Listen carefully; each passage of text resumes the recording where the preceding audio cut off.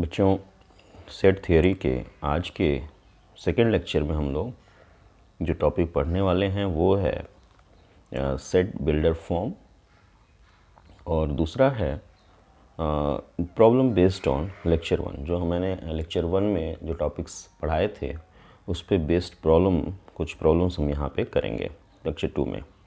तो सबसे पहले हम लोग स्टार्ट करते हैं सेट बिल्डर फॉर्म। तो सेट बिल्डर फॉर्म मैंने पिछले लेक्चर में भी थोड़ा बहुत आपको बताया था, यहाँ पे फिर से मैं उसको इंट्रोड्यूस कर रहा हूँ। हमने बताया था कि किसी भी सेट को हम कैपिटल लेटर से रिप्रेजेंट करते हैं, ए बी सी डी ऐसे, और जो कलेक्शन होता है उसको हम कर्ली ब्रैकेट में रखते हैं। तो जो ऑब्जेक्ट हम कलेक्ट कर रहे हैं उनके नाम अगर हम कर्ली ब्रैकेट में लिखें तो वो कहलाता है टेबुलर मेथड या तालिका विधि। और दूसरा जो मेथड होता है जिसमें कि हम उस सेट में जो हम वस्तुओं का कलेक्शन कर रहे हैं उसको हम एक जनरल नाम दे देते हैं एक्स, और फिर हम वो रूल लिखते हैं जिसके तहत उस एक्स का सिलेक्शन हो रहा है, उस एलिमेंट का सिलेक्शन हो रहा है। जैसे हमने कहा कि ए ऐसे एलिमेंट्स एक्स को कंटेन करेगा जो कि नेचुरल नंबर में होंगे, प्राकृतिक संख्याएं होंगी, और उनका मान 6 से छोटा होगा।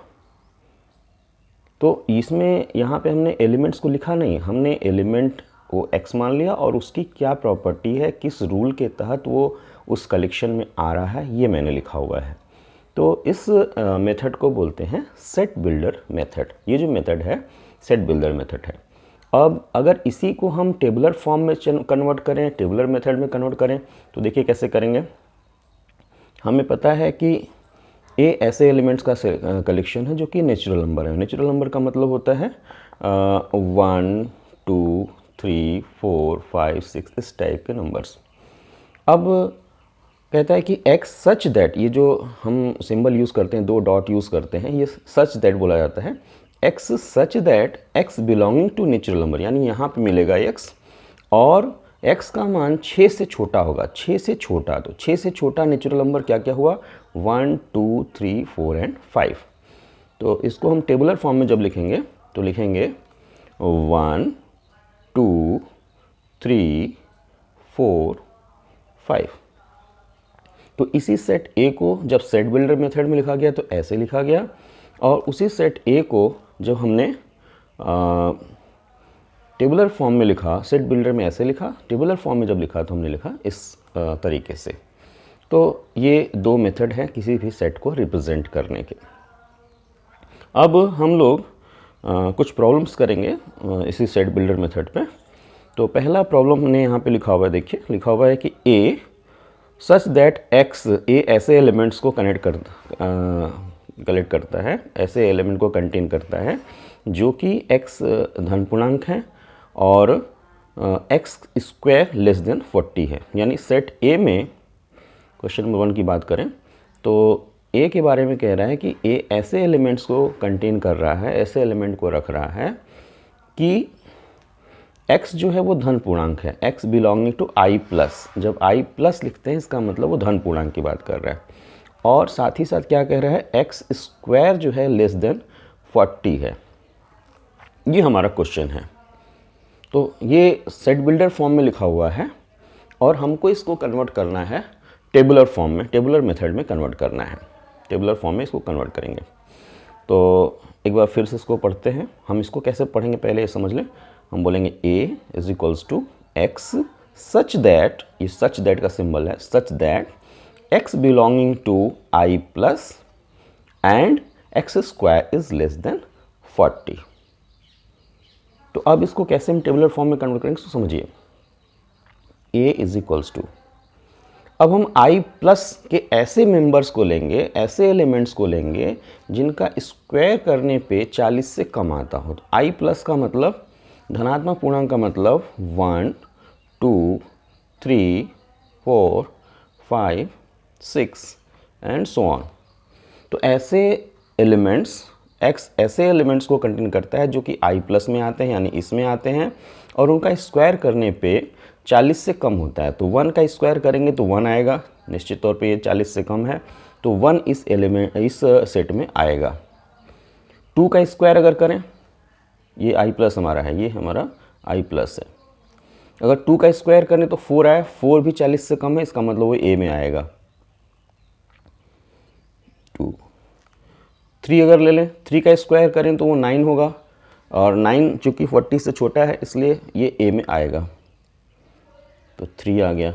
4 ले लें, अगर हम i प्लस का एलिमेंट 4 ले लें, 4 का स्क्वायर करें तो 16 हुआ, तो 16 लेस देन 40 है, इसका मतलब 4 भी आएगा।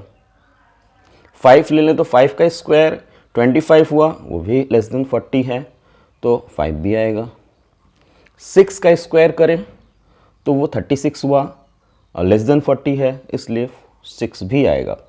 7 का स्क्वायर करें तो 7 का स्क्वायर हो जाएगा 49, वो 40 से छोटा नहीं है, इसलिए a में सिर्फ 1 2 3 4 5 6 ही आएंगे। यानी इसी सेट को सेट बिल्डर फॉर्म में ऐसे लिखा जाएगा, और इसको अगर टेबुलर फॉर्म में लिखना होगा तो ऐसे लिखेंगे। तो ये तरीका होता है किसी भी सेट को सेट बिल्डर फॉर्म से टेबुलर फॉर्म में कन्वर्ट करने का। अच्छा, क्वेश्चन नंबर 2 उठा लें। क्वेश्चन नंबर 2 कहता है कि क्वेश्चन नंबर 2 में एक सेट है A, और वो ऐसे एलिमेंट्स को कंटेन करता है, x टाइप के एलिमेंट कंटेन करता है जहाँ की x पूर्णांक है, x एक पूर्णांक है, और साथ ही साथ तथा x का मान -1/2 से बड़ा है और 9/2 से छोटा है, 9/2 से छोटा है। x is greater than -1/2 and less than 9/2। तो सवाल उठा कि इसको हम टेबुलर फॉर्म में जब कन्वर्ट करेंगे तो क्या क्या एलिमेंट्स मिलेंगे, क्या क्या चीज़ें मिलेंगी। तो x एक पूर्णांक है, तो पूर्णांक का मतलब होता है, पूर्णांक को पहले समझ लो आप, पूर्णांक में क्या क्या आएंगे, -∞ टू ऐसे करते हुए -3 -2 -1 0 1 2 3 एंड सो ऑन। अब आपको इन पूर्णांक में से कहता है कि x एक पूर्णांक है और x की वैल्यू इनके बीच में है, यानी एक -1/2 से बड़ी है और 9/2 से छोटी है। तो -1/2 का मतलब 0.5 -0.5 और 9/2 का मतलब है 4.5, यानी ऐसे पूर्णांक लेने हैं जो कि -0.5 से बड़े हैं और 4.5 से छोटे हैं। तो यानी हम इसको ऐसे भी लिख सकते हैं, x is greater than -0.5 0.5 and less than 4.5। अब हम पता करते हैं ऐसे कौन कौन से पूर्णांक हैं यहाँ पे जो कि इस कंडीशन को सेटिस्फाई करते हैं। तो यहाँ पे 0 1 2 3 4 और हमने 5 भी लिख दिया। तो अब जो है -0.5 से बड़े, तो -0.5 देखिए कहाँ होगा, ये -1 है, ये 0 है, तो -0.5 -1 और 0 के बीच में आएगा, यहीं पे आएगा -0.5, और 4.5 यहाँ आएगा 4 और 5 के बीच में। तो -0.5 से बड़ा और 4.5 से छोटा जो पूर्णांक हुआ वो हुआ 0 1 2 3 एंड 4। तो हम a को लिख सकते हैं, a में क्या क्या एलिमेंट्स आएंगे, 0 आएगा, 1 आएगा, 2 आएगा, 3 आएगा और 4 आएगा। तो इस सेट को जब हम टेबुलर फॉर्म में कन्वर्ट करेंगे तो ये रिजल्ट मिलेंगे। अब हम चलते हैं क्वेश्चन नंबर 3 पे। क्वेश्चन नंबर 3 ये है, कहता है कि a is equals to x such that 3x square minus 12x is equals to 0। अब आपको a को टेबुलर फॉर्म में लिखना है और कह रहा है कि इफ़, फर्स्ट केस में कह रहा है कि x belonging to natural number, यानी x नेचुरल नंबर है, और सेकंड केस में कह रहा है कि x बिलोंगिंग टू इंटीजर। तो सबसे पहले हम फर्स्ट केस को सॉल्व करते हैं। हम मान के चल रहे हैं कि जो x है ये नेचुरल नंबर में है और इस कंडीशन को सेटिस्फाई कर रहा है, 3x square minus 12 equals to 0। तो इसको पहले सॉल्व करते हैं। तो 3x square minus 12x is equals to 0। इसको जब सॉल्व करेंगे तो हमने, चूँकि ये क्वाड्रेटिक इक्वेशन है, इसको हमने x कॉमन ले लिया, तो 3x minus 12 is equals to 0 and this implies either x equals to 0 और x इक्वल्स टू 12/3 यानी 4, यानी x के दो मान वैल्यू आएंगी, x इक्वल्स टू 0 होगा या तो x इक्वल्स टू 4 होगा।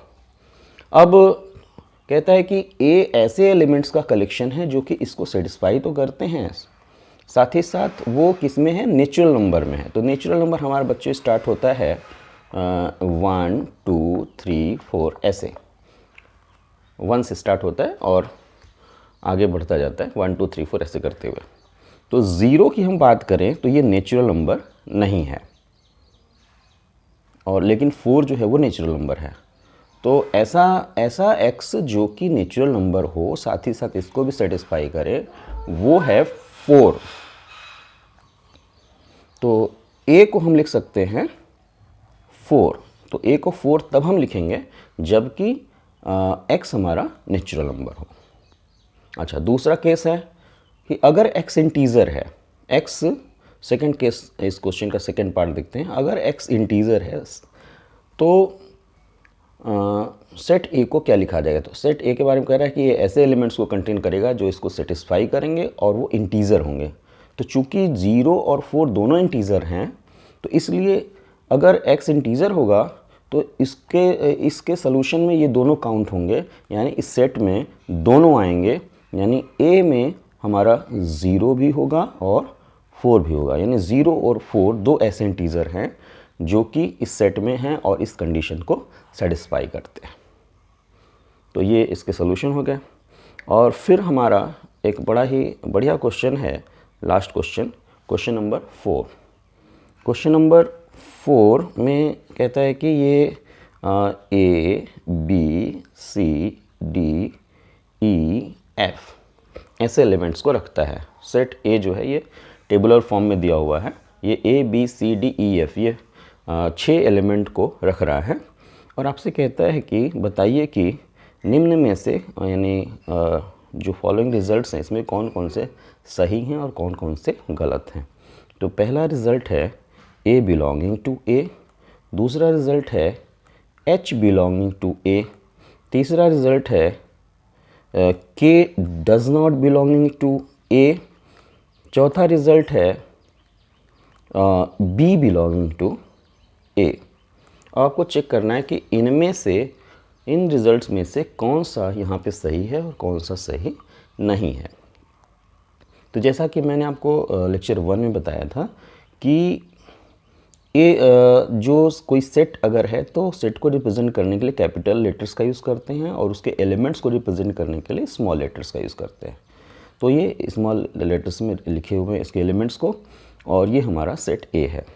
तो पहले पार्ट की बात करें तो कहता है A belonging to A. A belonging to A का मतलब हुआ, इसको बिलोंगिंग टू बोलते हैं।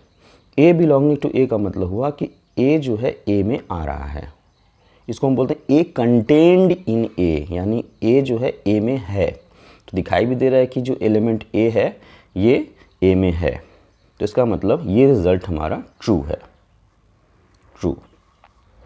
फिर दूसरा कहता है कि H कंटेन्ड इन ए या H बिलोंगिंग टू ए। तो आप चेक करिए H यहाँ पे है तो यहाँ पे H नहीं है, इसका मतलब H does not contain to A, contained in A. तो ये रिज़ल्ट हमारा फॉल्स है, ये गलत है। फिर कहता है कि K does not belongs to A. तो वास्तव में यहाँ पे K यहाँ पे नहीं है, तो इसका मतलब ये रिज़ल्ट ट्रू है। चूँकि K यहाँ पे नहीं है और यहाँ पे यही बोल रहा है कि K does not belongs to A, तो इसका मतलब ये रिजल्ट ट्रू है। और फिर लास्ट में कह रहा है कि ये बड़ा इंपॉर्टेंट है, इसको समझिए। कहता है कि B belongs to A, set B belongings to A. अगर ये लिखता कि B बिलोंगिंग टू ए, तो इसका मतलब होता है element B belonging to A, तो वो ट्रू होता। लेकिन ये कह रहा है कि set B belonging to A, तो B में कोई सेट नहीं है, B इस टाइप का कोई भी एलिमेंट B में नहीं है, इसलिए ऐसा कहना कि ये एलिमेंट, ये अवयव A में है, ऐसा कहना गलत है, ये फॉल्स है।